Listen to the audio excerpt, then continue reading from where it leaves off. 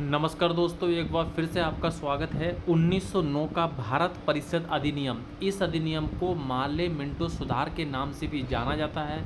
आप याद कर लें कि मार्ले मिंटो सुधार कौन सा अधिनियम है। 1909 का भारत परिषद अधिनियम। यदि अगर आपसे पूछता है 1909 का भारत परिषद अधिनियम किस और नाम से भी जाना जाता है, तो मार्ले मिंटो सुधार के नाम से भी जाना जाता है। उस समय लॉर्ड मार्ले इंग्लैंड में भारत के राज्य सचिव थे। आपको बता दें, लॉर्ड मिंटो भारत में वॉइसरॉय थे। इस अधिनियम की कुछ विशेषता हैं। इसने केंद्रीय और प्रांतीय विधान परिषदों के आकार में काफ़ी वृद्धि की। केंद्रीय परिषद में इनकी संख्या 16 से 60 हो गई। प्रांतीय विधान परिषदों में इनकी संख्या एक समान नहीं थी। इसने केंद्रीय परिषद में सरकारी बहुमत को बनाए रखा, लेकिन प्रांतीय परिषदों में गैर सरकारी सदस्यों के बहुमत की अनुमति थी। गैर सरकारी मतलब भारतीयों की बात कर रहा है। इसने दोनों स्तरों पर विधान परिषदों के कार्यों का दायरा बढ़ाया।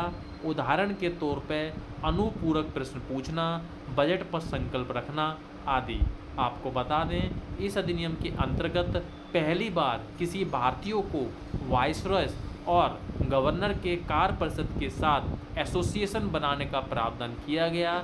सत्येंद्र प्रसन्न सिन्हा वाइसरॉय की कार्यपालिका परिषद के प्रथम भारतीय सदस्य बने।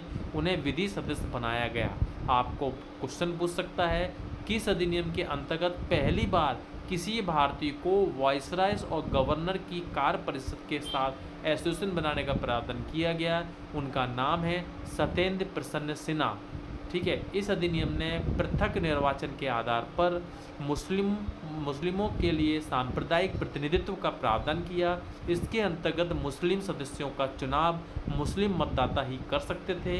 इस प्रकार इस अधिनियम ने सांप्रदायिकता को वैधानिकता प्रदान की और लॉर्ड मिंटो को सांप्रदायिक निर्वाचन के जनक के रूप में जाना जाता है। आपसे क्वेश्चन आ सकता है कि सांप्रदायिक निर्वाचक के जनक कौन थे? लॉर्ड मिंटो थे।